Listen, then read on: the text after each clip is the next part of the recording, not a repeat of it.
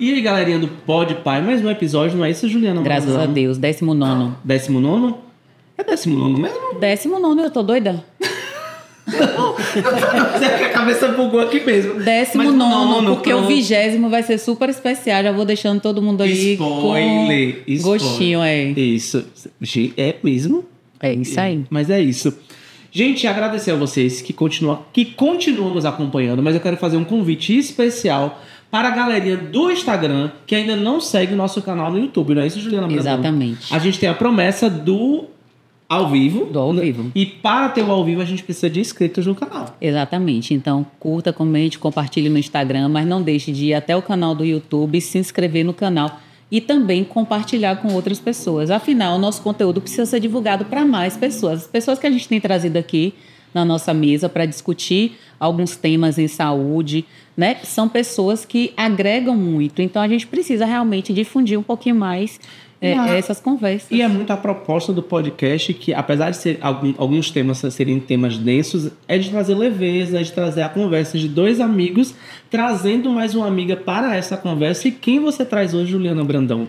Agradecer rapidinho aos nossos patrocinadores. Tá difícil, diretor. Vendo? Eu falei que ela tava conversando demais, meu povo, e aí ela dá na minha cara real, entendeu? Eu pago direitinho. Ela paga direitinho. Agradecer a BeLife e agradecer a Quality Ambulância. Às vezes eu olho pra ela, gente, é porque buga a cabecinha assim em relação aos nomes, mas a Quality Ambulância, a referência em transporte, com os melhores profissionais da região, sem diria dúvidas. eu, né? E a Clínica BeLife, que é referência em reabilitação, né, na nossa região também. Pronto. Então, hoje aqui, para conversar com a gente, nós estamos com Carolina Araújo, que é psicomotricista. E é um prazer, Carol, ter você aqui conosco no nosso podcast. Que bom que deu tudo certo, né, com o nosso agendamento. Carol tem muito a contribuir, trazer um pouquinho aqui da sua experiência. Então, eu queria, Carol, que você se apresentasse para o nosso público. Quem é Carolina? Quem é Carol? Então, eu sou Carolina Araújo, mãe de 3 filhos. Tive a minha primeira experiência, né? O meu caminho na maternidade começou justamente de uma forma que eu não esperava. Aliás, como ninguém espera, né? Que foi uma maternidade atípica. E essa maternidade atípica aconteceu há quase 21 anos e muitas coisas mudaram, né, desse tempo para cá. Mudança de pensamento, de perspectivas, mudança de profissão. Eu não era da profissão que eu atuo hoje. E a partir do nascimento de Enzo, tudo se modificou. Eu busquei encontrar uma área, justamente um caminho que eu pudesse contribuir mais para a vida, né, desse filho atípico que eu recebi tão nova. Não que eu não continuo nova, né? Mas ainda mais novinha, com 23 anos. Então, foi tudo muito difícil, né? Uma notícia muito difícil. Um começo que não é fácil para a família, porque o desconhecido machuca, né? O desconhecido gera muitas angústias, muitas dificuldades que eu digo que a gente coloca na mente. Na verdade, a gente nem viveu ainda, mas começa a criar situações lá na frente, medos. É um processo natural do que todos falam, do luto. A gente vive um luto mesmo, o luto daquele filho que a gente esperava e não veio. É o que toda mãe deseja, né? Eu sempre falo disso assim, que toda mãe deseja, quando pergunta qual o sexo. Na verdade, a gente tem o desejo de saber o sexo, mas na verdade o nosso desejo maior é que o nosso filho nasça com saúde. Exatamente. Né? E aí quando você se vê com um diagnóstico, né, de qualquer um diagnóstico que vai tirar você dessa zona de conforto, dessa expectativa que a gente cria enquanto maternidade, ele assusta um pouquinho. E aí você fala que foi há 21 anos. E você falou 21 anos, eu fiquei aqui e falei, meu Deus, porque eu acompanhei esse processo. Eu era aluna né, de Zé Carlos. Isso. E então, nesse momento da sua gestação, todos nós éramos alunos, então a gente meio que acompanhou. Você fala 21 anos. Recentemente, a gente trouxe a doutora Tatiana aqui, que é também uma mãe atípica.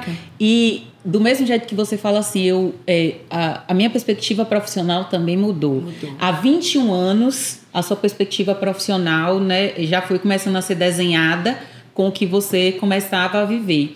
E doutora Tatiana, que é recente, é mãe recente também, bem menos do que esse tempo, também vem moldando o fazer profissional dela com base nisso. Com base nisso, exatamente. E aí, a gente traz muito essa questão do quanto que o nosso sistema ainda precisa avançar, né? Porque como as mães ainda se veem com a necessidade de estarem imersas, inclusive profissionalmente, nesse meio para tentar fazer mais pelos seus filhos, fazer o melhor pelos seus filhos. E há 21 anos, com certeza, você tinha bem mais desafios. Carol, fala um pouquinho muito mais, desses desafios. Juliana, na verdade, à época não se falava, né? Então, digamos assim, em atipicidade. Hoje, quando você acompanha os nascidos, digamos assim, estatisticamente falando, você encontra muitos atípicos em um determinado grupo. Na época que Enzo nasceu, era assim raro, né? Era muito raro você ver um casal tão jovem, uma mulher jovem, já que a síndrome de Down, né, que meu filho tem até 21, está muito ligada à idade materna. Então, eu quebrei, né, digamos assim, todos os protocolos, todas as bibliografias, né, o que elas falavam, que era justamente a perspectiva maior para mulheres acima de 40. Eu tinha 23, primeira gestação, e veio o Enzo. E aí, eu era considerada justamente, segundo o geneticista que acompanhou a gente na época, 1 em 1000. Em 1000 mulheres, eu fui a escolhida, né? Seria 1 em 1000, imagine, uma loteria praticamente. E aí veio o Enzo em um tempo onde não se falava, né, digamos assim, já se discutia sobre educação inclusiva, já se falava sobre as terapias, já existiam os planos de saúde, mas nada era como hoje. Primeiro que nós não tínhamos a voz que as mães têm hoje. Os planos de saúde, hoje, eles são obrigados a liberar a quantidade de sessões que esse paciente necessita. Na época do meu filho, não. O que o plano liberava era 1 por semana, o que ele necessitava mais, a gente é que tinha que dar conta. E os profissionais também, eu acho que não eram tão bem preparados como a gente percebe, né? Exatamente. Os profissionais, eu dei muita sorte. Eu digo que, apesar do tempo ser, digamos assim, uma época mais difícil, eu tive profissionais da área multidisciplinar que contribuíram muito para a vida de Enzo. Então, assim, foram profissionais específicos das áreas que ele mais necessitava.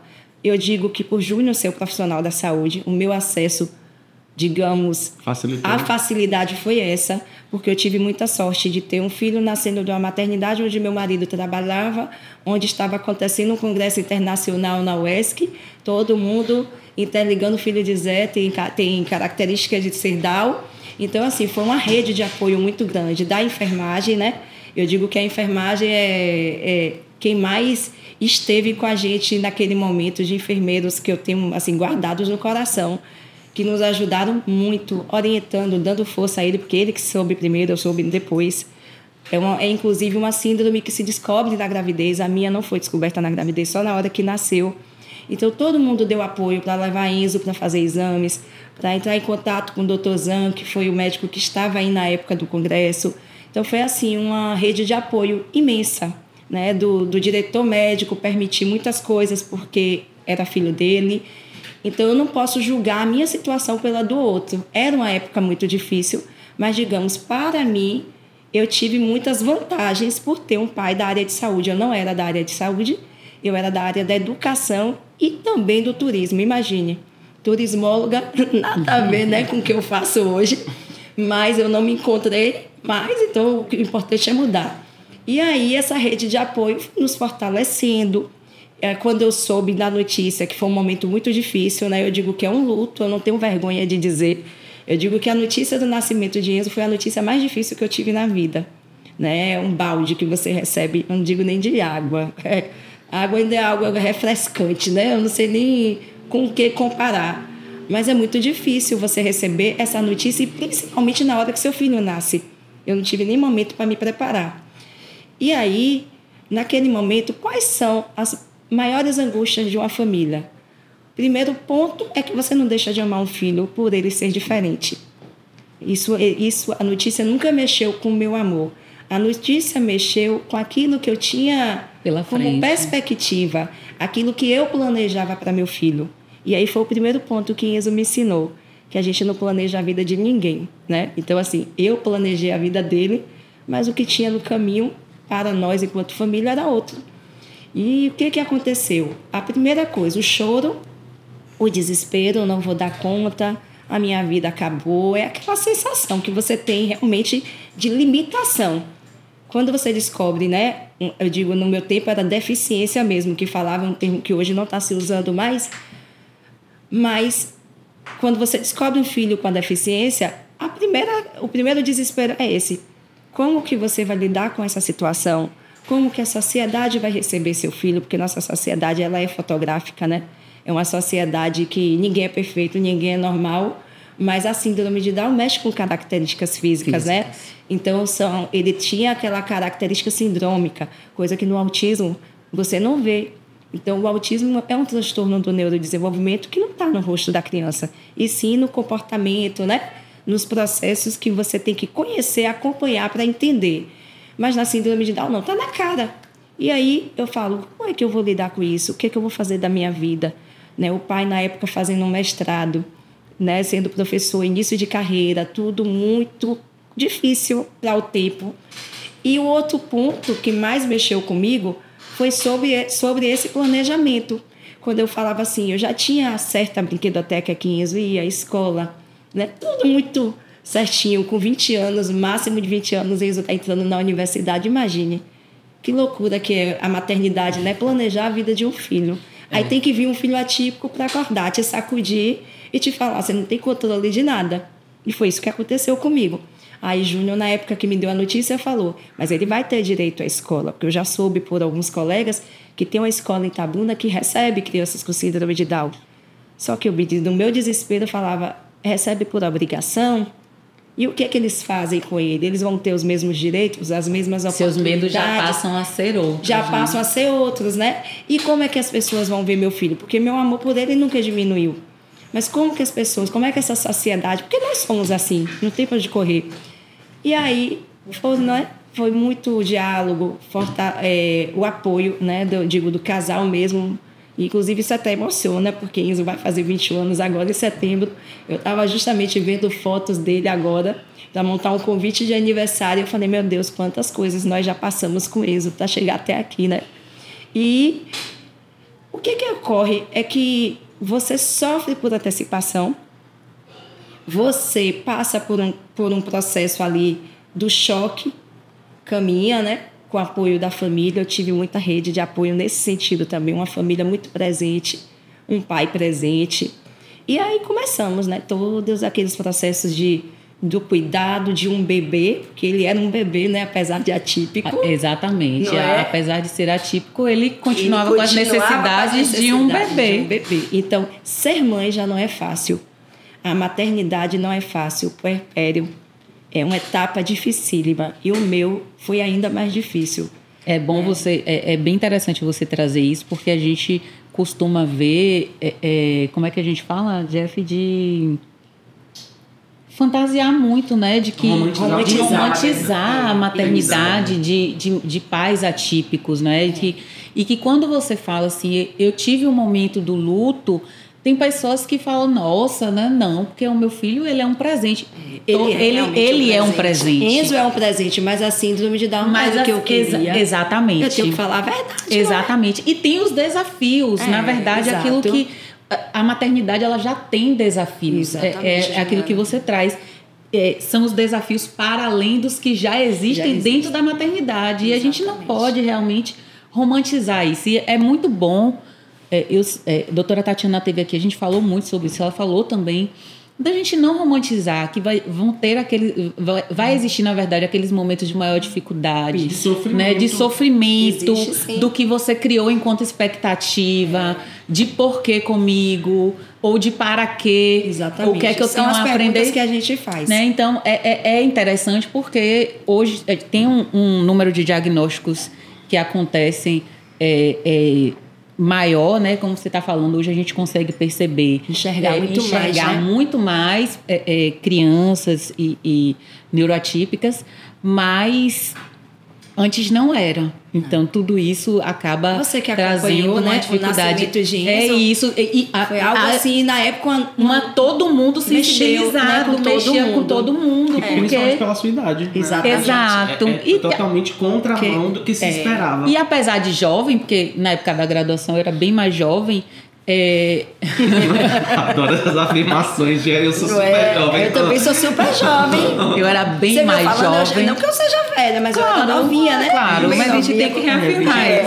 A gente entendeu, então, o público também entendeu que vocês são jovens. Não, mas dizer assim, da sensibilização que todo mundo tinha no acolhimento mesmo. A gente não conhecia diretamente Carol. Verdade. Mas a gente conhecia Zé. Zé enquanto professor, Zé enquanto profissional, né? Essa descoberta que foi no parto, então de toda uma preparação, toda uma expectativa, e vinha a notícia e todo mundo fica, como é que a gente pode ajudar? O hospital como é que a gente todo pode, me escondendo, Juliana. enquanto aluno, tipo assim, de não levar aborrecimento pro professor. Então existe toda uma mobilização mesmo que é feita, isso mesmo. E que aí você traz que o quanto que isso é importante. Olha que você passou pelo processo do luto, mas você traz essas informações assim do acolhimento dos profissionais, né, dessa rede de apoio que aconteceu, e o quanto que isso marca muitas vezes é o que a gente pode fazer, que a gente acha que não é nada, né? Às uma vezes notícia, eu falo assim, Juliana, a forma como da você notícia. exato, o cuidado, quer dizer, o hospital todo sabia, mas o cuidado de não chegar a informação para você antes da hora. Mas eu tive o privilégio porque eu era justamente o quê? Casada com um profissional da saúde, um profissional que trabalhava dentro desse hospital. Mas eu tenho um relato de muitas mães que sabem de uma forma muito difícil. A notícia chega, eu já vi pessoas falando que no hospital da nossa cidade, profissional da saúde chegar para a mãe e falar assim, olha, você já percebeu que seu filho é mongol? Gente, mongol é uma terminologia antiga, foi o primeiro termo que se usaram quando descobriram, né, a síndrome de Down por ter características de pessoas da Mongólia. Mas só que o mongol foi passado, com o tempo, passaram-se a usar de forma o quê? Pejorativa, né? E aí o que acontece? Outras não esperam o pai chegar, a mãe tá ali, gente, o puerpério é doído, não é? É sofrido, não é brincadeira. O outro dia parece que o mundo da gente acabou. Você coloca um filho no mundo e seu mundo acaba. E aí vem, né, as dores, o processo do aleitamento, que é outro momento dificílimo, que foi uma das coisas que eu desconfiei de Enzo. Que no outro dia, quando ele foi mamar, ele não tinha força para mamar. Então, eu nunca tinha sido mãe, mas eu perguntei para ele por que Enzo não mamava direito, por que Enzo fica com a língua para fora o tempo inteiro, por que Enzo é tão molinho, porque o bebê Down é um bebê hipotônico, né? Então, o que acontece? Todas essas perguntas foram feitas. Eu tive respostas dele, me enrolando, né, para não me dizer, ele não estava esperando o momento certo, mas o hospital teve muito cuidado comigo. E por que não? E por que a gente não pode fazer isso por todas? Por todos, né? Porque todas as mães, no seu direito de estar ali, direito de mãe mesmo, não pode passar por isso. Então, nasce um bebê, todos sabem o quanto essa mulher está frágil, o quanto essa família está, apesar da alegria de estar recebendo um filho, fragiliza, né? Então, eu vejo assim que os hospitais, as equipes, inclusive é algo que não se fala na universidade, que eu acho um erro, nos cursos de enfermagem, nos cursos de... Inclusive, a medicina tem mudado um pouco agora, porque não se falava, por exemplo, da T21, dos transtornos do neurodesenvolvimento, e todos os profissionais, inclusive da educação, falam, eu passei por meu curso e não ouvi falar. É um relato de todo mundo. Mas por que essa equipe, principalmente essa equipe de base, essa equipe que está lá no início, não é preparado? Por que as coisas não mudam para que esse processo seja mais leve para essas famílias, né? Exatamente. Você trouxe um ponto muito importante aí, que na realidade é a gente trabalhar na graduação com esses temas, né? Exatamente. Porque a gente, na realidade, vai trazer para a vivência do profissional uma sintonia com a prática. Quando isso é experimentado, a gente fala que cuidados paliativos a gente não vê na graduação, a gente fala desse paciente atípico que a gente também não Vocês não viram durante a graduação. E quando chega o novo, assim como assusta essa mãe, também nos assusta. Isso. Mas eu acho que o princípio básico aí é a empatia, é se colocar... Empatia, o processo mas eu posso me colocar. E o processo de comunicação, que esse sim é discutido na graduação. A forma de você dar uma notícia, a forma de você abordar, mas o processo de empatia mesmo. também. Se colocar no lugar do outro mesmo, Porque às vezes, por exemplo, hoje a gente percebe um número maior de diagnósticos, a gente fala com muito mais clareza, né, dos pacientes neuroatípicos, então isso está muito mais claro. Então hoje, nos congressos, hoje tem mais cursos, inclusive cursos gratuitos disponibilizados na internet. Então, até se a graduação não faz essa oferta, o aluno ele pode fazer essa busca, né? Mas antes não tinha muito isso. Assim como a gente vai continuar nesse processo de evolução e de outras doenças, né, de outros processos, e que ainda também não vão estar trabalhados na graduação. Mas existe uma base que ela precisa ser seguida, que é a questão da empatia, a questão do processo de comunicação que precisa ser efetivo, que existem alguns processos de comunicação que precisam ser seguidos, né, da questão ética. Então, assim, tem uma base que ela precisa, independente de você trabalhar a patologia ou não, existe uma base que os profissionais eles precisam respeitar e que às vezes eles Isso, e tem gente ainda no hospital conseguem. Equivocado, na saúde em geral, né? Pediatras, por exemplo, que não percebem que o bebê é Down. Tem muita gente saindo do hospital sem saber que o filho é Down. Então, não sai do hospital. Pede um tempo sair do hospital sem saber que o filho é autista, tudo bem. É um transtorno do neurodesenvolvimento, você não tem como ver. É o tempo, né? A idade avançando é que essas características vão, né? Os sinais vão começar a aparecer. Mas na síndrome de Down não tem como sair do hospital. Porque as características são bem iguais, marcantes, né? Então, tem mãe ainda saindo do hospital sem diagnóstico e descobrindo aos 6 meses. Imagine quanto tempo perdido. Por exemplo, na intervenção precoce de Enzo, se eu não tivesse descoberto naquele momento, a primeira coisa que Enzo iria perder é a amamentação. Então, quando o geneticista teve contato comigo, que no meu momento de choro, né? De voz de mãe, né? Meu filho vai me reconhecer? Foi a primeira coisa que eu perguntei para ele. Ele vai me reconhecer como mãe? O meu maior medo é esse. Aí ele dava risada, falava, faça outra pergunta, Carol. E meu filho vai para a escola, eu comecei a fazer diversas perguntas e ele ria, porque justamente ele estava acostumado a lidar com isso e que eram coisas pequenas que Enzo ia conseguir. Aí ele focou bastante. Eu me lembro muito bem quando ele falou assim, o que você precisa se preocupar agora é com amor e intervenção, com o amor que eu daria a meu filho, independente da condição dele, e as intervenções. E a primeira coisa que ele falou da intervenção foi sobre a amamentação. A amamentação ela é importante para qualquer bebê, né? Independente de atipicidade ou não. As campanhas estão aí mostrando. E eu queria amamentar, só que o meu bebê não tinha força para mamar.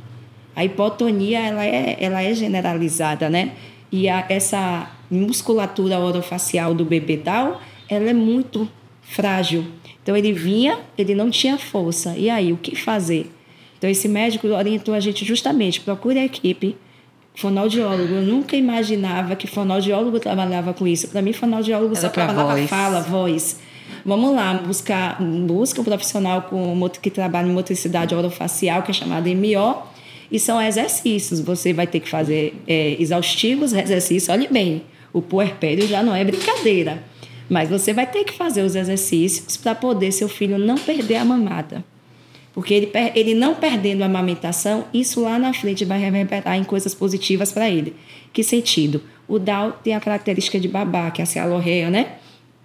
Então, isso vai evitar com que Enzo fique assim, boca aberta, protusão de língua, todas aquelas características do Down do passado, né? Que ainda tem Downs assim. Ele falou, você vai sanar com essa forma, com a amamentação. E o desafio? Amamentar já é um desafio imenso. Imagine amamentar com 12 exercícios antes de cada mamada. Mas vamos lá. E a questão da área motora, fisioterapia. Precisa de um fisioterapeuta, porque senão ele vai andar com 4, 5 anos, porque demora de andar. Mas se intervir cedo, tudo vai se aproximando mais da idade cronológica, né? Que existe a idade da criança cronológica e existe aquela idade do desenvolvimento cognitivo, motor, e o Down tem o atraso, né? A deficiência intelectual. E aí pronto, foi um puerpério que eu não tive repouso, tive que buscar esses profissionais. Aí a fonoaudióloga passou exatamente o que o geneticista falou, 12 exercícios antes de cada mamada, então era eu e o pai fazendo, o pai não podia dar peito, mas podia fazer os exercícios, fazer esses exercícios. Então, foi um processo dessa forma, um momento da maternidade, que já não é fácil ser mãe, ainda tinha que viver tudo isso, mas deu certo. O importante é isso, que com amor, né, com essa rede de apoio que eu tive, ele realmente se desenvolveu muito. Ele hoje tem características, claro, né, da síndrome genética, todo mundo vê, não tem como não enxergar, mas esses pontos específicos do passado, realmente ele se desenvolveu muito por ele ter tido acesso à intervenção precoce, a ter os profissionais, né, certos na hora certa. Só que não era como é hoje, tinham poucos. Então, para conseguir vaga com um profissional, era muito difícil, apesar de ter menos crianças atípicas naquela época. Também tinha menos profissionais. Também tinha menos profissionais capacitados. Hoje, nossa cidade não só tem profissionais daqui, tem profissionais de vários estados que vêm para a nossa cidade atender. Então, é isso. É uma vida que você recebe e tem a responsabilidade de dar conta. Então, nesses 21 anos, foram muitos altos e baixos, né? Primeiro foram as intervenções precoces, cada etapa vencida foi uma bênção, né? Uma alegria, uma vitória. Depois veio o desafio da escola, né? Que é o que eu mais tinha medo. Então, ele foi para a brinquedoteca com 3 anos. A brinquedoteca é um lugar de ludicidade, um lugar de brincar. Então, criança não tem preconceito. Criança, nesse lugar de brincar, não existe diferenças. Por isso que eu tenho como ferramenta principal o brincar na minha prática hoje, né? Eu aprendi com Enzo que como a potência do brincar, como o brincar desenvolve. E até aí foi tudo bem.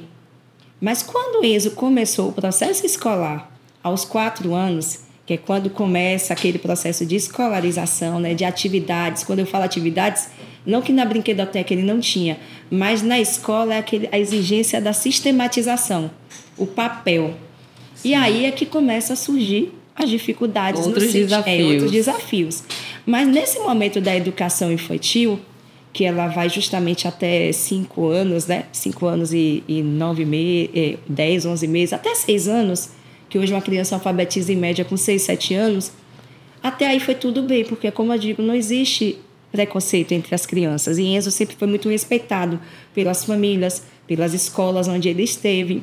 Só que a gente acaba chegando em uma situação que seu filho tem acolhimento, seu filho tem amor, mas a parte pedagógica, a parte da aprendizagem, né, daquilo, das habilidades e competências que precisam ser estimuladas, é nesse momento que as dificuldades iniciam-se, né? Por qual motivo?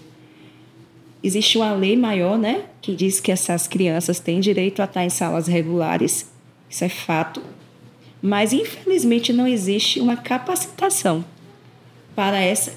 digamos assim, para esses professores, para as escolas. As escolas hoje têm que buscar, digamos assim, sozinha. Cada escola tem que fazer a sua parte. Capacitar seus professores, porque falta também formação para os professores na faculdade. Pouco vê, né? Eles não vêm falar sobre autismo, o que é um transtorno do neurodesenvolvimento, o que é uma síndrome genética, o que se diferencia. É genético, o autismo é genético, o autismo veio de vacina. Você vê aí essas falas, né? E muita gente falando, muita gente querendo discutir um tema que, na verdade, o que você precisa fazer é estudar. E aí todo mundo joga a culpa em alguém, né? Procura a culpa em alguém. E aí a culpa é dos professores. Mas Carol foi dona de escola também, né? E aí é importante porque você tem essa visão. Exatamente. De quem é mãe, de quem tem a necessidade que o seu filho tenha um professor de maneira individual para ir na escola, né, de que tenha todas as ferramentas pedagógicas, de que todos os professores estejam capacitados. Mas Carol também esteve à frente, né, do sistema. E aí, isso mudou, Carol, a sua forma de ver, a sua visão, porque enquanto você estava na busca, antes de ser dona da escola, você só era mãe de Enzo. Exatamente. Com as necessidades de Enzo, com as necessidades da mãe. Né? E as exigências da escola. A gente tem legislação, né? que respalda as mães, lei, né? Que diz que precisa ter um profissional disponível para essa criança, né? Para que ela possa estar inserida com outras crianças. Mas o que mudou, Carol, da visão da mãe para quando essa mãe virou profissional da educação efetivamente na gestão escolar? Vamos lá. Enquanto mãe, primeiro que Enzo é de um tempo antes, nós que tínhamos que arcar com esse profissional. Né? Era um tempo que não existia essa lei. Era a família que arcava. Naquela época, a gente achava justamente um absurdo, né? É difícil pagar a escola, ainda pagar esse profissional. E aí, essa caminhada foi... E isso não diminuía as dificuldades do meu filho. Porque as dificuldades dele existem ainda, né? É como eu sempre falo, a síndrome de Down, por mais que você estimule, qualquer transtorno, qualquer síndrome, você estimula, mas não tem cura. O que você dá com as intervenções é qualidade de vida, né? É você levar seu filho ao máximo para que ele ao melhor dele, para que ele acompanhe ao máximo, tá perto da idade cronológica, para que ele tenha autonomia, né? Tenha independência, consiga, digamos assim, um mínimo para viver sem a família, que é a nossa maior preocupação. É isso que eu ia falar. Eu acho que a maior preocupação é preparar o seu filho, porque a maternidade já faz isso. Porque a preocupação da gente, eu sempre falo assim, que eu nunca tive medo de morrer, né? Eu sempre me preocupei em como eu iria morrer, né? Bem assim. Mas o medo de morrer eu nunca tive. Hoje eu tenho. Então, eu peço todos os dias a Deus que me permita criar as minhas filhas para que elas sejam independentes. Adultas. E aí, tipo assim, pronto, quando elas forem independentes, autônomas, aí qualquer hora para mim é hora, né? Não é que eu não queira ver nada disso, mas a mãe por si só, ela já tem essa preocupação. Eu acho que a mãe atípica tem essa preocupação muito dobrado, triplicado, né? Porque é justamente a necessidade de segurança, de deixar o nosso filho seguro. E o que a gente dá ao filho para deixar esse filho seguro? Quando você pensa na maternidade típica, que eu também tenho filhos típicos, é da educação. Exatamente. Primeiro, o que a gente pensa logo no filho? É a escola, não é? É a escola. Que a partir disso ele vai fazer as buscas. Ele vai fazer as buscas, ele vai se preparar para ser um indivíduo autônomo, né? E aí, quando você fala de um indivíduo atípico, você está ali não por essa busca, que a gente sabe, eu não tenho essa visão romântica, viu, Jô? Eu já pensei lá atrás, mas nunca fui essa mãe romântica demais, sempre tive meu pé no chão, sabe? Quando falo assim da pessoa atípica na universidade, eu digo, tem atípicos que podem chegar, mas tem alguns que nem todos vão, como nos típicos também. Sim. Mas eu sempre tive essa visão, que eu queria a escola, eu queria estimular meu filho para deixar ele o mais independente possível, mas vendo a condição dele, acompanhando a vida de uma pessoa com síndrome de Down, hoje eu tenho total consciência que meu filho não tem condição de estar numa universidade. Tem pessoas que me acusam, tem pessoas que não concordam. Você está limitando. Que eu estou limitando, que eu não estou deixando o Enzo se frustrar, que eu não deixo o Enzo viver. Aí eu digo, a frustração é algo difícil para todos nós. Você imagine na tipicidade, que já são demandas imensas que a gente tem que dar conta. Como, por exemplo, um adulto hoje em casa que não estuda, um adulto que não tem para onde ir. Exatamente. Sabe? Vamos voltar lá na educação. Então, quando eu escolhi a escola de Enzo, quando ele nasceu, aliás, que eu tive o medo dele não poder frequentar a escola, foi aquela visão da mãe que queria o filho preparado para a vida. Aí vem vai acontecendo o dia a dia, você vai vendo o desenvolvimento de seu filho, você vai vendo que alguns marcos ele não alcança como um bebê típico, apesar que ele foi meu primeiro filho, mas eu sempre tive ligação muito forte com criança, primos, filhos de primos, então eu vi o que era uma criança típica. E ele tem uma prima que nasceu na mesma época dele, então eu vi essa prima fazendo muitas coisas e ele não. Aí vão estudar na mesma escola. Aí eu vi o desenvolvimento dessa menininha, filha de uma prima, e vi o dele.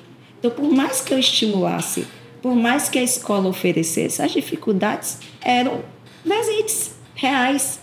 E aí a escola falava, chegou o ponto agora que tem que ter um profissional com ele. E esse profissional, quem é que paga? Vocês. Então, imagine a situação. A educação de um filho já não é algo barato. Imagine você ter que pagar... E o perfil desse profissional também, né? Isso. Aí a escola escolheu o profissional veio, começou a trabalhar com Enzo, conseguimos alfabetizar de uma forma muito limitada, né? Ele não conseguiu avançar muito, porque se trata de uma deficiência intelectual. Então, a gente tem que ter o pé no chão, né? A gente tem que ter consciência de que, por mais que a gente faça, a escola não tem como fazer um milagre. É nesse ponto que eu quero chegar. Que muitas famílias querem cobrar da escola algo, inclusive, que a criança não pode dar. Tem crianças atípicas que não eram, eu não quero dizer assim, não eram no sentido maldoso, no sentido de, digamos assim, de não querer essa criança incluída. Eu, como mãe e como profissional, jamais iria pensar dessa forma. Mas conhecendo, trabalhando na área, eu vejo que tem crianças que não poderiam frequentar a escola. Que acaba sendo uma agressão, talvez. Tem processos de crianças atípicas que são realmente graves. Crianças que se machucam, que machucam o outro. Crianças que não têm controle de sentar, habilidade básica nenhuma desenvolvida. Então, como é que uma escola, como é que um professor em uma sala de 20 crianças vai conseguir dar conta de uma demanda de uma criança que não tem habilidade básica desenvolvida? O que são essas habilidades? Sentar, prestar atenção, de estabelecer esse contato visual que eu estou tendo aqui com você, porque a gente só aprende assim, pela imitação, pelo compartilhar, pelo brincar com os pares. Então, tudo isso, na síndrome de Down, é possível, porque o Down tem essa característica de um social muito bom, mas na questão intelectual, as dificuldades são imensas. E aí meu filho caminhou nessa escola. Só que é todo mundo que pode pagar esse valor extra? Nem todo mundo pode. E chegou um momento que ele, por ser tão estimulado, percebeu que o processo dele era muito diferente dos outros, que os outros aprendiam mais rápido. Ele, inclusive, começou a perceber as adaptações curriculares que eram feitas para ele, porque ele via que não eram as mesmas atividades dos colegas. Ele começou a sofrer o quê também? Que todos nós um dia, quem na vida nunca sofreu um bullying, né? Mas para eles é algo muito pior. Então sofreu bullying também. O Enzo que não aprende, olha o Enzo lerdo, olha o Enzo que precisa de uma professora do lado dele. Começa a achar que está atrapalhando o desenvolvimento dos outros. Então ele começou a perceber e não terminou o ciclo escolar dele. Ele foi até 14 anos. A partir daí, ele não quis mais a escola. E a gente persistindo, querendo que ele continuasse, ele automaticamente desenvolveu doenças autoimunes, que é a psoríase, a alopécia, que tem tudo a ver justamente com esse estresse, o emocional. Então, a escola virou uma demanda emocional. Um espaço de sofrimento para ele. Aí eu vou jogar a culpa na escola? Não. A escola fez a parte, falhou também. Não posso dizer para vocês que a escola também não tem a responsabilidade.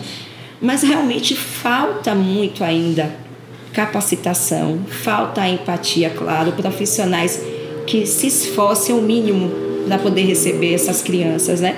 Digamos assim, a escola é um lugar de muita gente, né? É um lugar de crianças diferentes, porque a gente só está pensando aqui na tipicidade, mas tem questões comportamentais, tem muita criança com questões específicas que exigem muito do professor. Então vamos nos colocar na posição desse professor. Em uma sala de 20 crianças, você tem, inclusive hoje, disse que não tem mais, como na minha época, como mãe, e quando eu tive escola, tinha um sistema de cotas. Hoje falam que não pode mais ter essa cota, que quantas crianças neurotípicas chegarem na escola, a escola tem que matricular. Só que a pressão sobre a escola está sendo muito grande. E que não é só das mães neurotípicas. Porque esses outros processos, essas outras demandas, não são só dos comportamentos das crianças.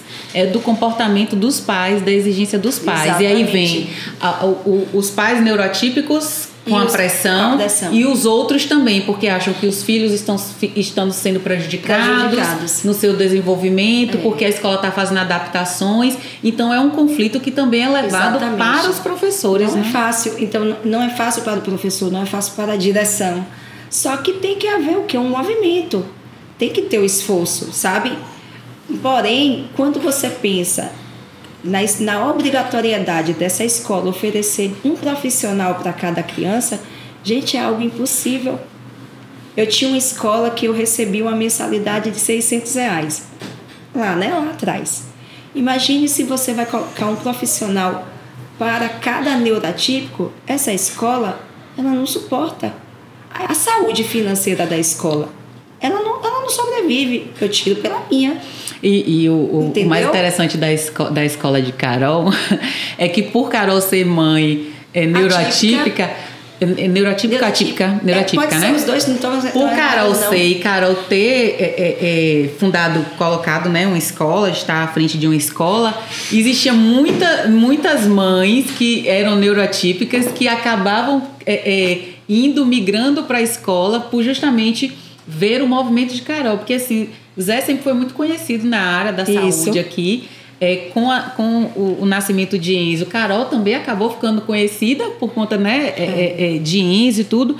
Então, muita gente também ia já na expectativa de que, olha, se ela está à frente da escola, se ela é diretora da escola, aqui é o lugar que o meu filho vai ter assim tudo que eu estou buscando nas outras. Então, acabou tendo esse movimento também para a sua escola, né, e eu Carol? tive o movimento das mães típicas também. Sim. Aí as mães típicas começaram a vir, peraí, mas só vai matricular típicos agora? Porque a mãe típica também quer ela quer o seu lugar também. Exatamente. Entende? Quer todos os estímulos pedagógicos, os melhores. Aí, agora, o que eu fazia enquanto mãe? O meu diferencial era justamente esse. Enquanto mãe de Enzo, eu sabia o que essas mães precisavam. Então, a primeira coisa é acolhimento. É você acolher, é você fazer essa mãe entender que mesmo na atipicidade, quando se fala de autismo, por exemplo, chegavam muitas mães autistas porque aquela criança ali já está tranquila, ela já está socializando, já está falando, mas nenhuma criança é igual à outra. E as necessidades das crianças são diferentes, tanto no universo típico como no atípico. Então, o que eu fazia? Eu acolhia, eu dava muitas formações, porque eu tenho muita formação na área, então eu sempre busquei muito fora, trazia para a minha equipe, não permitia na minha equipe pessoas que não abraçassem. Então, as meninas da minha equipe faziam o melhor que elas podiam, e quando alguma destoava, eu imediatamente tirava essa pedra do tabuleiro, porque eu vi que não só ia ser ruim para a turma dela, como ela ia contaminar. Porque como é que eu monto um PEI? Que é o programa, é justamente o que toda criança atípica precisa, né? Esse PEI é justamente um processo individual que a criança precisa para o momento da adaptação. Ninguém sabia o que era PEI. Saíram da faculdade de pedagogia sem saber o que era PEI. Eu fui, busquei uma profissional e trouxe para ensinar. A maioria fazia. Já tinha algumas profissionais que me geravam muita dificuldade, porque dá mais trabalho. Imagine, você faz um plano para a turma e tinha que fazer 2, 3 planos diferentes, porque o PEI não é para todos os autistas, porque como eu expliquei, é individual. E aí era uma demanda muito grande, porque elas começaram a dizer que é um lugar de muito trabalho.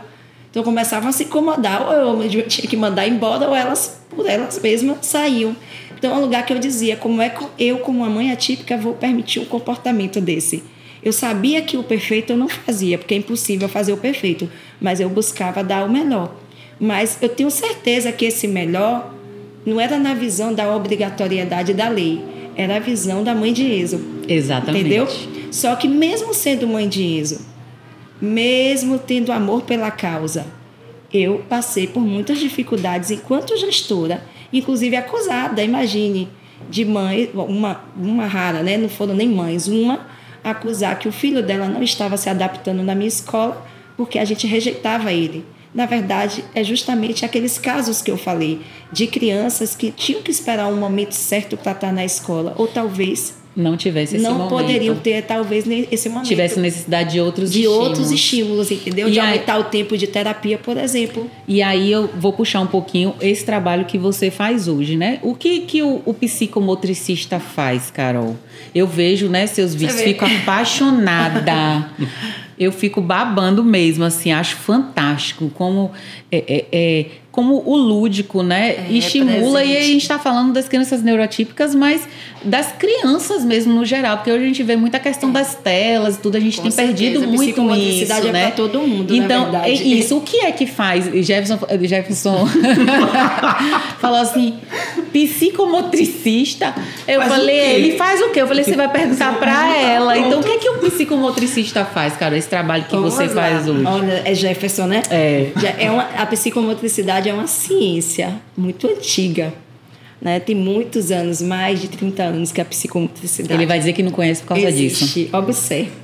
Jovem. É jovem. Só que a psicomotricidade realmente não era conhecida, né? Ela vem sendo difundida justamente depois do aumento dos casos, né? Desse número de crianças atípicas. E aquele grande aspecto que nós, profissionais da saúde, passamos, que é a prescrição médica. Então, por que a psicomotricidade apareceu? Ela já existia. É uma ciência que trabalha o movimento, que é a área motora, cognição e o afetivo. É uma tríade que justamente você trabalha desde o bebê à terceira idade. Então, com estímulos apropriados, com a estrutura, um set, como a Juliana disse que vê, né? O meu trabalho lá.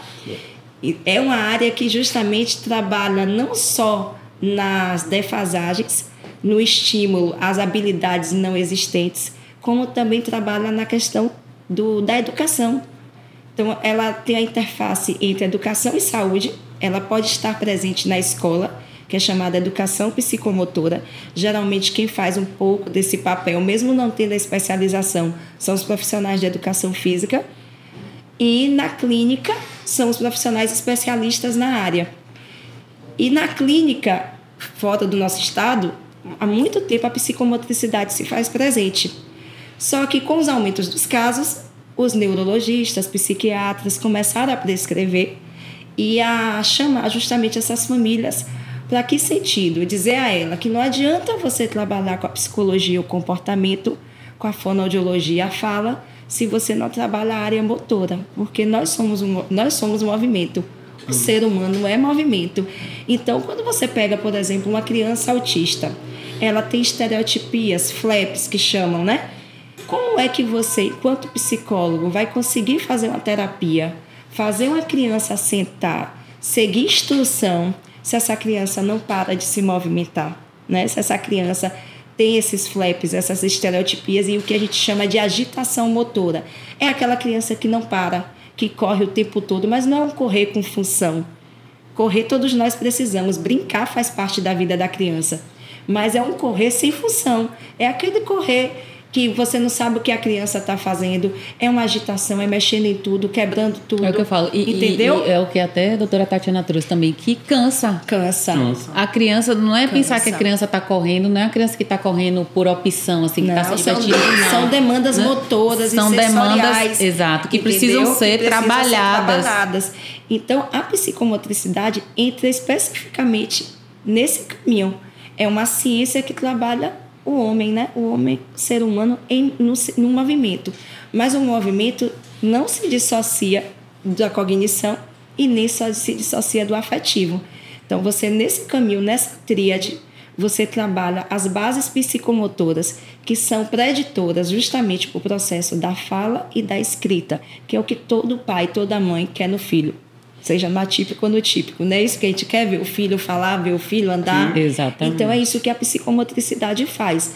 Tanto ela educa na escola, né, a criança viver essa fase motora, atividades lúdicas, né, recreativas, que façam essa criança, através do brincar, aprender as suas habilidades motoras amplas. Motor amplo é correr, saltar, pular, jogar uma bola, receber uma bola. Tem crianças que não sabem fazer isso.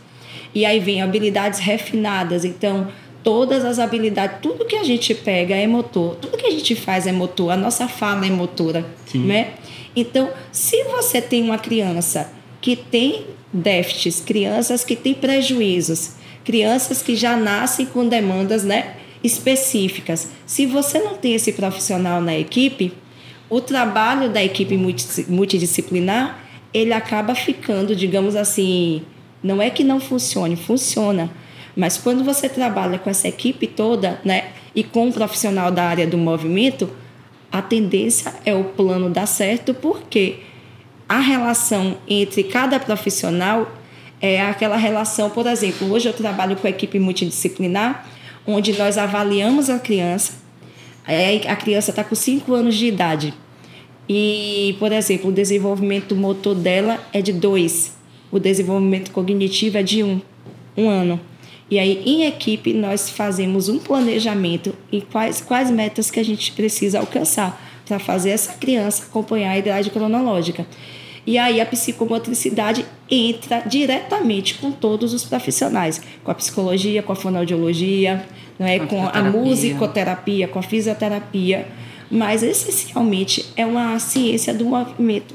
Dani, quem pode... né? Dani, e onde que... Na realidade... Dani Carol.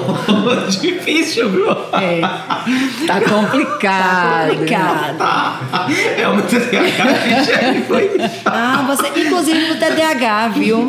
Inclusive com essa agitação motora, mental. Aí a psicomotricidade entra firmemente. Não, é porque a última entrevistada foi Dani, eu tava aqui, ó, Carol na cabeça, pra não esquecer.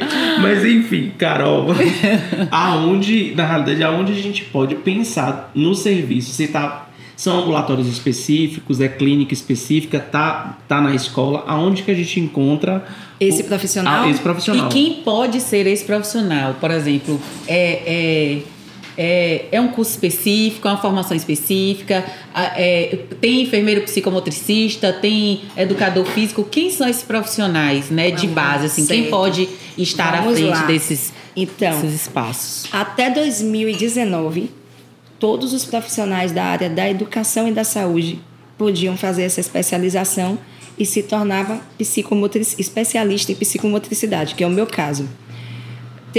Existia uma lei no início de 2019 que deu 5 anos para esses profissionais se especializarem e terminarem o curso, porque a psicomotricidade virou a profissão.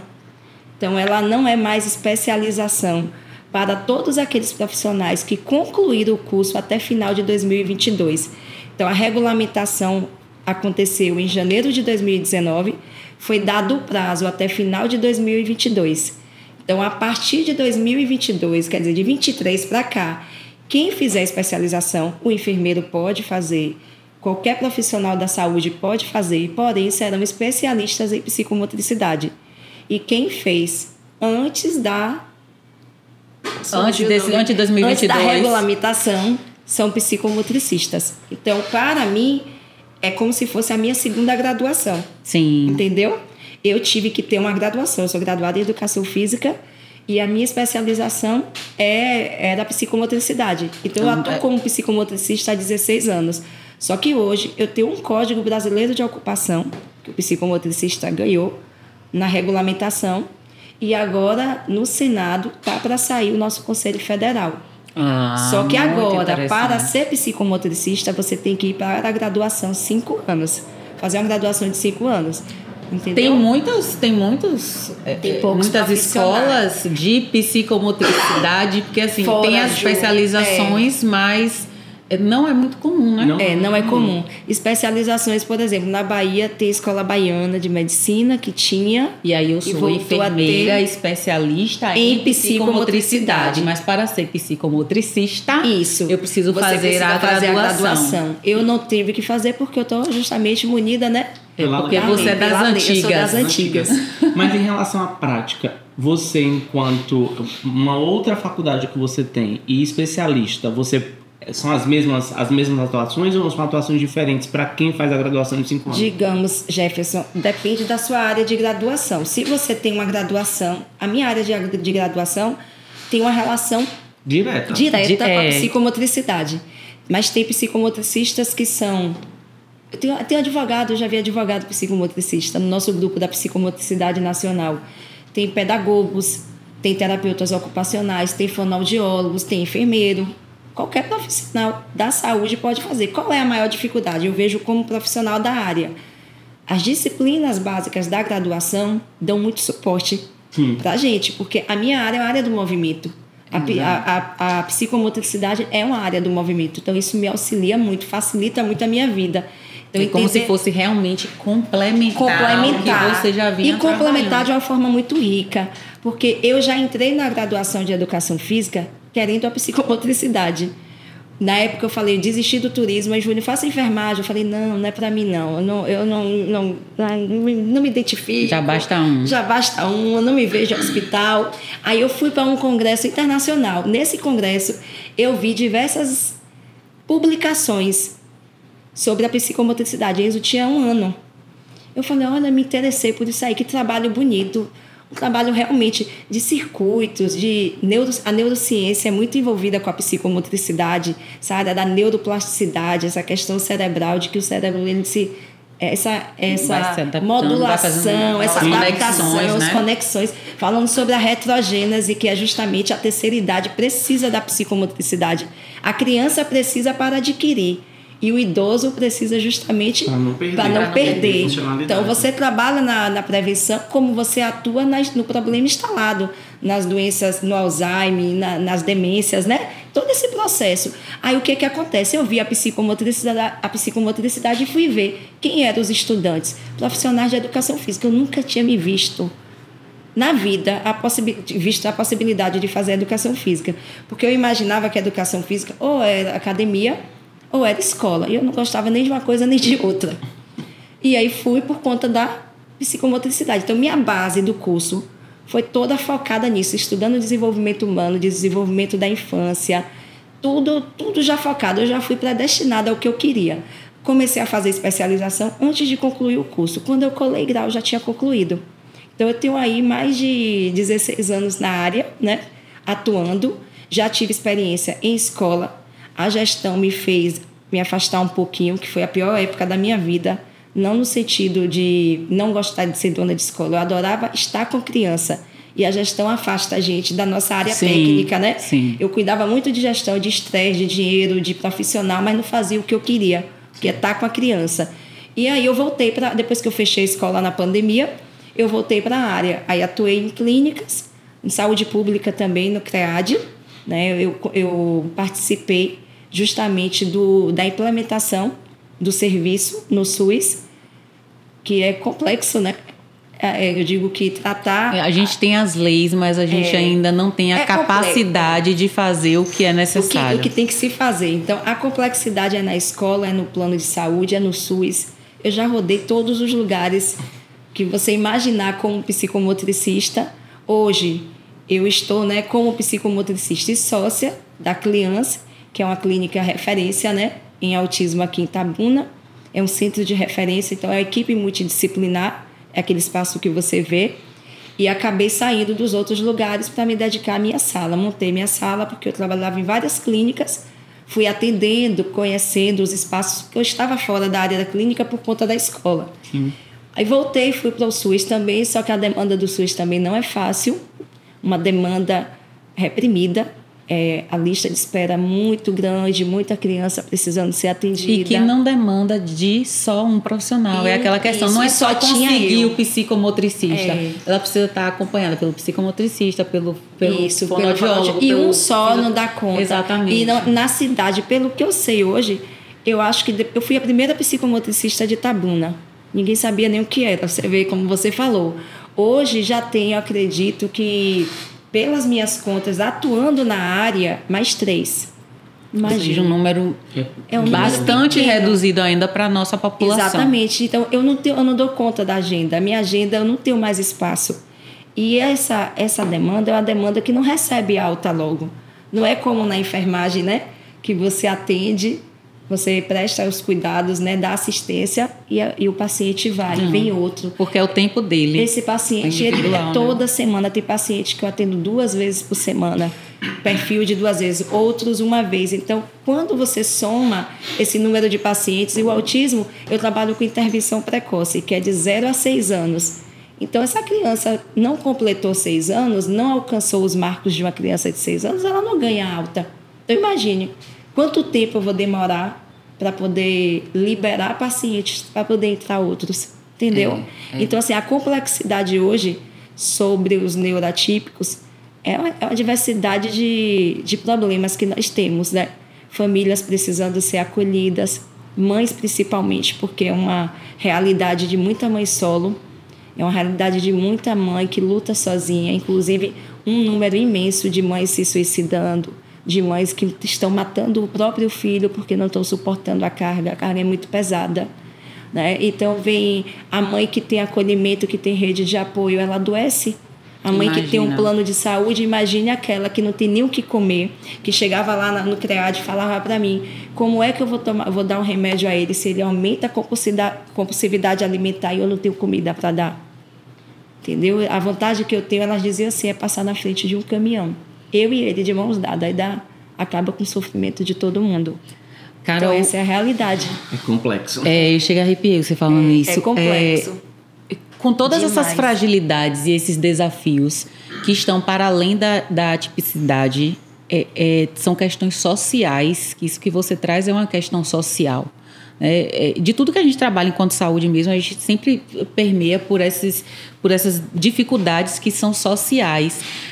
O que é que você, enquanto mãe, né, e enquanto profissional, pode dizer para quem está na ponta, para quem está fazendo esse atendimento como profissional, o que é que a gente pode dar para além do que o sistema propõe? Porque muitas vezes a gente quer ajudar, quer fazer, mas às vezes também a gente não consegue, como a gente está falando da questão da educação mesmo. Exatamente. Né? Às vezes não é uma fragilidade da escola em si, às vezes o professor ele também tem interesse, mas é uma fragilidade do sistema mesmo, é uma questão salarial que não colabora para que o professor busque esse conhecimento, para que ele possa pagar. São cursos caros, são cursos que não estão disponíveis tão próximo. Né? Hoje a gente tem a facilidade dos cursos online, mas a gente sabe que tem momentos que a gente precisa estar mesmo no presencial. Então, são cursos caros, é um salário defasado dos professores, é um salário defasado de quem paga a escola, porque a escola precisa aumentar o valor da mensalidade. Se aumentar, quebra. Mas se aumentar, não consegue sustentar. Então, assim, é realmente uma cadeia de dificuldades sociais que Exatamente. A gente tem de todos os lados, tanto do lado profissional quanto do lado de quem é mãe, dessa família que tem essas necessidades do seu filho e que precisa ser acolhida. E você está nesses dois lugares, né? Por isso que eu queria muito trazer você aqui. Eu falei, é uma pessoa que tem um lugar de fala, porque vivencia os dois processos.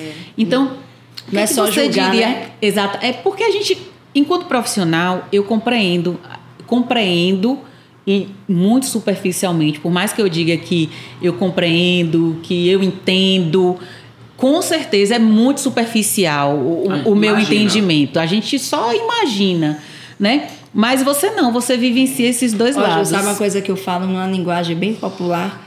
Eu digo assim, só quem sabe o que passa é aqui, ó. Eu digo direto, é quem passa na veia, sabe? É quem vive cada dia a deficiência dentro da sua casa. E não é fácil. Por mais amor que você tenha... Por exemplo, eu tenho uma família estruturada. Eu tenho um marido que é concursado, eu tenho a minha área de atuação, que eu faço o que eu gosto. Eu digo que eu sou privilegiada, né? Eu trabalho, eu canso, mas eu sou privilegiada de fazer o que eu gosto, o que eu amo. E quem me fez gostar foi isso. Eu digo sempre que... Por isso que eu digo que nada na vida da gente é à toa. A minha área hoje, eu estava passando com o Júnior, né? Vocês falam, Zé, sobre isso. Eu falo, meu Deus, se não fosse isso, eu não estaria aqui. E tão realizada que eu sou, profissionalmente, financeiramente, né? A gente não é rico. Eu digo, são profissões que não nos faz ricos, né? Mas de dinheiro, mas rica. Em que sentido eu falo? De amor. De fazer o que gosta. Quanto eu posso contribuir com essas mães, porque elas não me veem só com Carol terapeuta, Carol psicomotricista.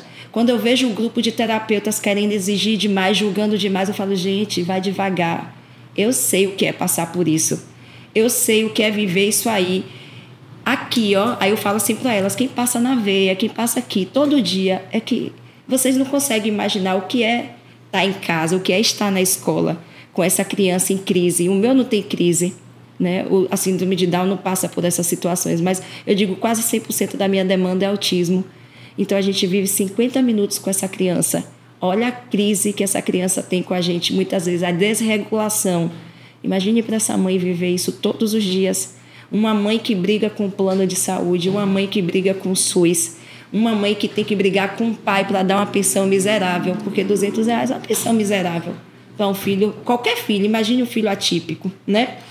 De uma mãe que briga com a sociedade. Briga com a sociedade, porque olha diferente. De uma mãe que seu filho entra no Uber e o Uber manda ela descer, porque o cara não está aguentando as crises que a criança está tendo dentro do carro, tirando o cinto, querendo se jogar, e o cara ali querendo fazer o trabalho dele, mas ao mesmo tempo eu vou ser multado, eu vou isso, eu vou aquilo. E claro, a falta de contato. Não sabe o que é o autismo, vê o menino ali gritando, desregulado. Quem é que vai aguentar? É uma criança mal educada. Entendeu? É isso que eles veem. Até porque o olho não é esticado. Quando é uma síndrome genética, todo mundo entende. E uma mãe que briga com a escola municipal por vaga e não tem vaga. Tem muitas crianças que já estão com 6, 7 anos e não tem vaga no município, porque não tem o auxiliar, o profissional não tem profissional para ficar, e seu filho não pode ficar na escola, porque não tem quem fique com ele. Aí vai para a escola particular. A escola particular, como eu digo, tem um lugar que é um lugar que precisa melhorar, mas também tem suas dores, né? A escola tem suas dores também. Dar formação continuada não é fácil, com o que a gente cobra. O governo não dá contrapartida nenhuma. Aí eu falei, beleza, a gente aumenta, coloca um profissional para cada criança. Cadê o governo para diminuir os impostos da gente? Isso, porque é muito fácil você criar, você sentar lá e criar a lei. Criar a lei você atende, você atende a mãe que está fazendo aquele movimento e vai dizer assim, pronto, agora tem uma lei que me diz que o meu filho vai ter um atendimento melhor, vai ter um acompanhamento melhor. Assistente terapêutica. Mas essa lei, ela não resguarda. Porque, na verdade, ela não se sustenta. Não sustenta. Então, é muito fácil. Você cria a lei e joga para o universo. Então, agora, como eu digo, eu não tiro a responsabilidade da escola, entendeu? A família tem que ter sua responsabilidade, só que a gente tem que entender que a escola é um lugar que precisa ter saúde financeira. Eu não sei se vocês já viram o tanto de escola que tem fechado em Itabuna. Não estou dizendo que as escolas estão fechando por conta do autismo. Disso, não é isso. Não. Mas as escolas estão fechando por crise. Eu fui dona de escola por 12 anos. É um lugar que você só investe, Juliana. Você gasta dinheiro. Se você tiver cuidado, você se desfaz de todo o seu patrimônio para jogar lá dentro. E esse dinheiro nunca volta. Só que quem está de fora pensa que o dono de escola é rico. É essa imagem que criam, você entendeu? Porque, na verdade, a gente, na busca do serviço, a gente só quer o serviço bem feito, entendeu? Né? Aí quer o serviço bem feito. Só que o governo cria a lei, mas não existe contrapartida. O que é a contrapartida? Você dá esse profissional, mas você diminui o imposto. Né? Bora acabar lá uma via de mão dupla. Outra coisa, vamos dar formação. Não deixa só na responsabilidade da escola particular. Cadê a formação? Traz formação para todos, não só para a escola pública. Exatamente. Entendeu? O salário, como você falou, não é atrativo, os professores sofrem. Gente, você ganha um salário mínimo nos dias de hoje para trabalhar 40 horas ou 20 horas, depende da escola, do tamanho da escola. É isso que o professor ganha. Como é que um professor desse vai pagar um curso, uma formação? São formações caríssimas. São fragilidades imensas. Então hoje eu digo que é um colapso que a gente está vivendo. Aí falar porque tem mais autistas, sempre tiveram autistas. Só que o que não tinha era diagnóstico. Sim. Não é à toa que tem um monte de adulto aí sendo diagnosticado. Exatamente. O que não existia eram pais atentos. Na hora que vê um atraso no marco, que vê uma coisa diferente, imediatamente esse pai procura assistência hoje. Aí vamos falar da atenção básica. Cadê a atenção básica para dar assistência às crianças do SUS? Vai para a unidade de saúde, não tem profissional. Não tem, o CD hoje nem existe nas unidades. Não tem profissional. Então, como é que essa criança vai ser diagnosticada? E nisso as janelas de oportunidade estão passando, porque a idade passa, quanto mais velha essa criança vai ficando, mais difícil fica para essa criança se desenvolver. Aí a demora, e isso não é só no público não, até o particular. Você procura um neuro, você não acha neuro, psiquiatras da infância. Tá faltando. E aí, no SUS, muito pior. Você percebe seu filho ali em crise, a pessoa não sabe nem com o que está lidando, aí vai para o Google, não é assim? Aí coloca lá as características, aí fala, meu filho acho que é autista. Aí vai para a unidade, chega na unidade, encaminha para onde? Para o centro de referência. Só que o centro de referência tem mais de 400 não na consegue, fila. Não consegue atender essa demanda. Não consegue atender. E os que estão sendo atendidos, é o que eu falei, as vagas não vão ser liberadas se é tratamento por tempo indeterminado. Fora, Carol, que a questão do tempo, né? Às vezes essa semana mesmo você postou uma criança que chegou e estava mais agitada, não queria de jeito nenhum. Você viu? Vi. Então, assim, tem todo um trabalho de você esperar o tempo da criança. Mas, então, às vezes, daqui que termine, que você consiga acalmar aquela criança, já terminou o horário. Já terminou a sessão. Então já está no horário do próximo. Aí tem locais aí que a gente nem pode citar tanto, que é meia hora de atendimento. Meia hora é só para você regular uma criança, como você viu ali. Aquela criança ali chegou chorando, cheia de estereotipias, batendo cabeça. Então você tem que ter muito amor, muito carinho para acolher. E não é só acolher ela, é acolher a mãe, que ali é uma mãe que já vem a semana toda indo para terapia, a semana toda lidando com isso, e a maioria, Juliana, para de trabalhar. A maioria vira a profissional, muitas estão estudando, elas viram cuidadora, e hoje muitas estão estudando, fazendo curso de atendente terapêutico para poder ajudar o filho, porque as terapias não são suficientes, quem não tem um plano de saúde, né? E ali eu tenho recursos, é outro ponto. Mas quem quer trabalhar, trabalha de qualquer jeito, de forma alguma. Com autista não se trabalha de qualquer jeito. Você tem que ter acomodações, você tem que ter uma estrutura para regular aquela criança. E você só regula a criança com o quê? Visual. Sim. Eu sou visual, eu sou adulta. Eu aprendo muito pelo que eu vejo, mais às vezes do que pelo que eu escuto. Então, imagine para uma criança chegar em um lugar sem cor, ou um lugar muito colorido, cada um tem uma característica, sem recursos apropriados. Tem os instrumentos pedagógicos. Aí eu tenho meus instrumentos de avaliação, eu já fiz a anamnese dessa criança, eu já conversei com a mãe para fazer uma lista de preferências, para entender essa criança, para que essa criança chegue e eu consiga levar ela para a sala e engajar. Só que antes de engajar, antes de aplicar um plano terapêutico, eu tenho que ter o quê? A afetividade pela criança, né? A reciprocidade, que é algo importante, que no autismo é complexo, você alcançar, por isso que cada ganho é uma riqueza, né? É uma alegria para a gente, esse brincar compartilhado, ele aceitar o meu contato. E aí, o que a gente faz? Vai para a intervenção, só que nem toda semana essa criança chega do mesmo jeito. Existem antecedentes que a gente muitas vezes não sabe quais foram. Essa criança chega desregulada, chorando, batendo cabeça. Chega querendo me bater, coisa que nunca fez, vem para me morder. Você entendeu? E você tem que ter um manejo de comportamento, né? Você tem que saber como lidar. E imagine, isso tudo exigiu o quê? Estudo. Para ter estudo, você precisa de quê? De investimento de tempo, investimento financeiro. E, claro, querer, né? Você tem que ser bom no que você faz. Só que tem muita gente indo para essa área só por dinheiro. Porque é uma área que está em ascensão. É isso que eu ia falar, é uma oportunidade, é uma área de oportunidade, né? Isso, como tem crescido os diagnósticos, tem crescido também a oportunidade de empreender nesse processo. Só que quem não gosta não fica. Você pode até fazer... Eu conheci enfermeira, inclusive, que tem uma especialização que eu tenho, que é o ABA, Análise de Comportamento. Eu conheço enfermeiro que trabalha nessa área de avaliação e dá dinheiro. Só que ela não é para todo mundo. Não. Carol, ela não é, eu estou dizendo na enfermagem, eu digo em qualquer área. Em qualquer área. Ela não é para todo mundo. Então tem gente saindo de suas áreas para poder buscar a área do autismo, porque é uma área em ascensão e realmente é uma área que financeiramente gera uma estabilidade. Só que não é só isso. Você tem que gostar do que você faz. Os vídeos que você vê, por exemplo, ali, você como mãe acha que é todo mundo que sabe lidar com criança? Eu falo criança. Nem todo mundo sabe. E criança atípica? Muito menos. Eu trabalho com criança e eu sei a dificuldade que é trabalhar com esse público. Meu marido fala que morreria de fome. Eu falo que quando alguém me vê trabalhando com criança é porque eu estava desempregada. No Novaes. No Novaes? Você é enfermeiro do... Mas olha que o seu atendimento é como? É aquele atendimento pontual e você segue, né? Sim. O fluxo vai seguindo. Agora você imagine passar 50 minutos, Jefferson, né? Com cada criança, de características distintas. Criança que só grita, criança que só bate, né? Crianças que falam, crianças que não falam, e você tem que identificar o que essa criança tem. Então tem que ter muito amor. Carol, né? A gente ficaria aqui horas conversando, que essa fala é minha agora, né? Porque realmente é um mundo, né? E é como eu falei, você traz as duas vertentes. Mas o que você diz assim para os profissionais todos, não para os que se especializam nessa área, porque os que se especializam, a gente espera realmente que a especialização, que os cursos deem maiores subsídios para esse atendimento. Sim.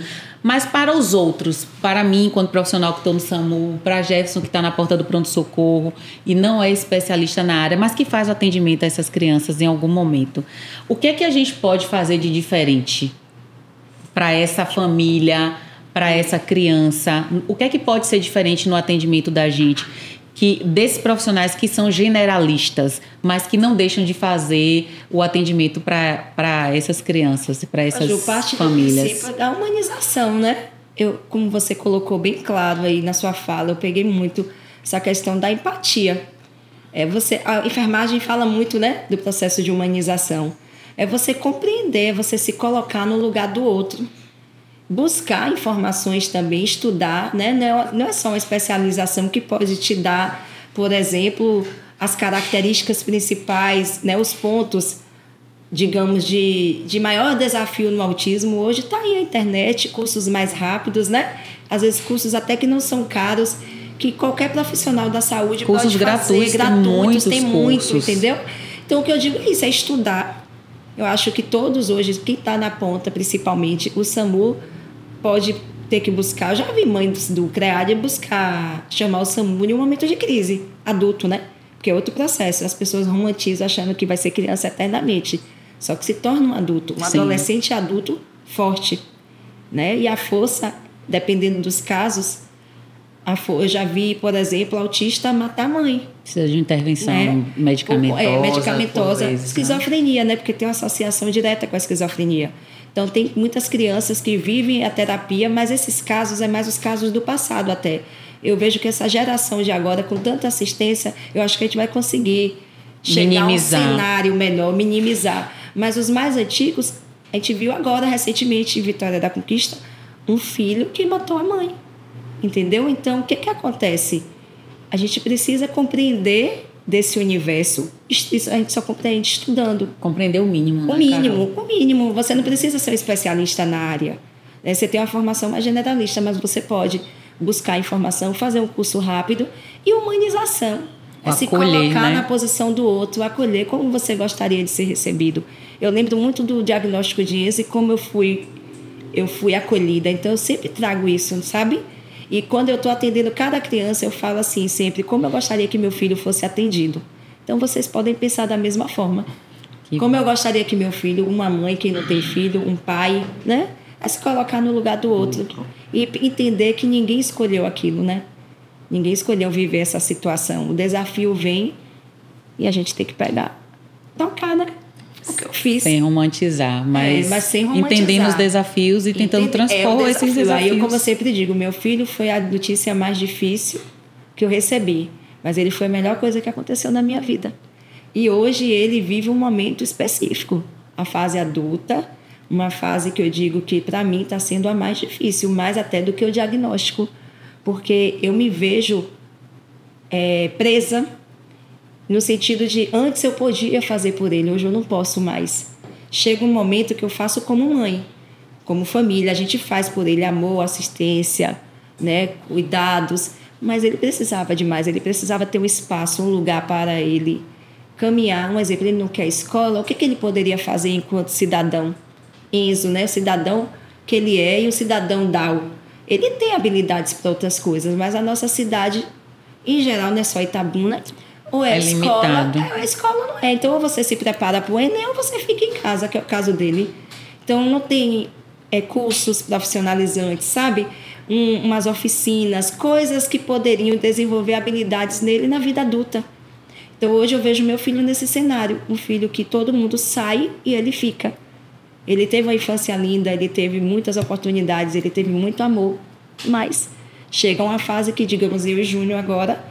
O que a gente pode fazer, a gente está fazendo. Mas mais do que isso, nós não temos como. Então, a sociedade precisa melhorar nisso. Entender, podem pesquisar sobre isso. A criança tem assistência em todos os aspectos, na área da deficiência, da tipicidade. Na escola, as clínicas, até os terapeutas da infância são muitos. Quando chega nessa fase adulta, poucos especialistas nós temos. Na adolescência e fase adulta. Outros desafios, novos desafios, né, Carol? Novos desafios para a família.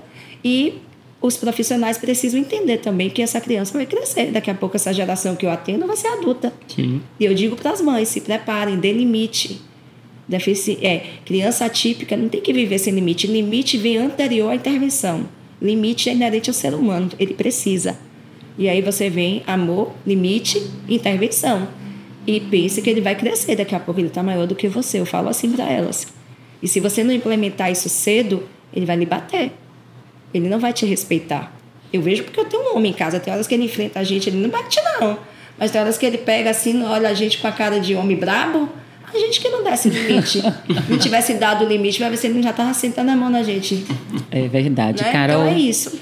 Eu queria assim, muito te agradecer a sua vinda aqui. Assim, tem muita coisa que eu queria falar, mas eu acho que a gente vai ter que encerrar. Mas eu queria muito te agradecer a sua vinda aqui. Assim, muito obrigada. Eu queria assim, muito te agradecer a sua vinda aqui. Assim, já conhecia muito do seu trabalho, né? Como eu falo, já acompanho assim, seu trabalho. Você tem voltado na rede social com mais força. Mais frequência, voltei. E eu acho extremamente importante essa divulgação que você faz. É porque eu sou de 80, meu amor. Aí esse povo de 80 tem uma dificuldade em lidar com redes sociais. Eu te entendo.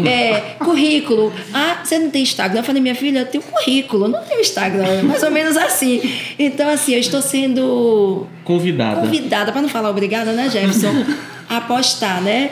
Mas é importante. Mudar, eu acho que o trabalho.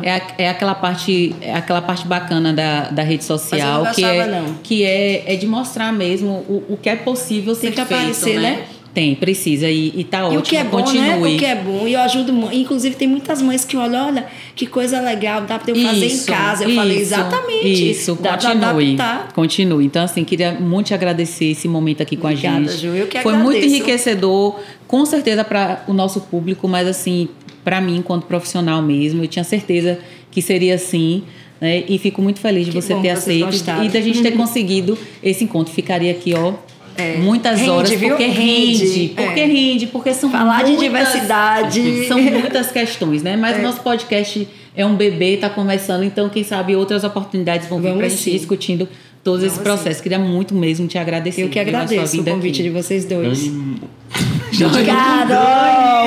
Eu vou lhe atender, eu vou arrumar um horário pra você, viu? Eu vou arrumar um horário pra você. E ela percebeu que tá grávida, vou arrumar. Tá sem horário, tá sem agenda. Eu tô sem agenda, mas eu nem que eu te atenda às 19 horas, um dia na semana pra começar.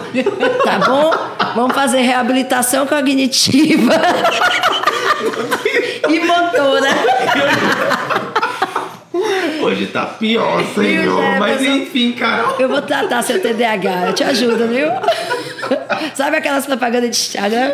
Você que tá assim, eu vim que eu te ajudo. Gente, hoje tá difícil. Você viu? Pra quem é de 80, ela tá danadinha no Instagram. Já sabe até já sabe até a chamadinha, né, Ju? Enfim, eu vou te agradecer. Carol, por ter vindo. Carol, mas eu tô... É porque é JC, José e Carol. Pronto. José e Carol, pronto. Perfeito. Mas agradecer realmente... Eu que agradeço. A sua experiência de vida, associando a sua área profissional, é o que deixa justamente o que o Júlio... Eu já venho conversando com o Júlio sobre o que deixa o seu aspecto profissional ser diferente de toda a sua história de vida. Não tem como dissociar a Carol pessoa da Carol profissional, porque você se construiu pela Carol pessoa, né? Tá vendo o sentido de Enzo? É isso que eu falo para as mães. Para quê? Eu sei que a notícia é difícil, eu sei que o processo não é fácil, mas pega o luto, joga no bolso, bota para qualquer lugar e vai para a luta. Afinal, mãe é mãe. Mãe é mãe. Foi assim que eu fiz. Eu fui cuidando dele e nesse caminho descobri a psicomotricidade. Pronto. E aí são mais de quantos anos de história? E toquei de novo. Estudando e gastando, viu, meu amigo? Porque é uma área que gasta. Depois eu convido vocês a conhecer minha sala, a nossa clínica. Vamos sim. Pronto. Vai lá conhecer, tomar um cafezinho. Vamos. A sala de Carol. De Carol. Vai conhecer, a gente já vai logo fazer a avaliação. Vai fazer a avaliação dele, viu? Bora. Carol, olha aqui para essa câmera. Fala qual é o seu Instagram, para as pessoas te seguirem, acompanharem lá o seu Instagram e conhecerem um pouquinho mais desse trabalho que você desenvolve. Só falar o meu Instagram e pronto. Seu Instagram, você pode falar seu Instagram, pode falar sua clínica, fala o que você quiser, é a sua hora. Pronto. Eu atendo na Clínica Criança, na rua Leopoldo Freire, no Alto Marum, no centro, né, na rua da Clínica Céu. Meu Instagram, psicomotricista Carol Araújo. Pode dar uma passadinha por lá, que tem muito conteúdo.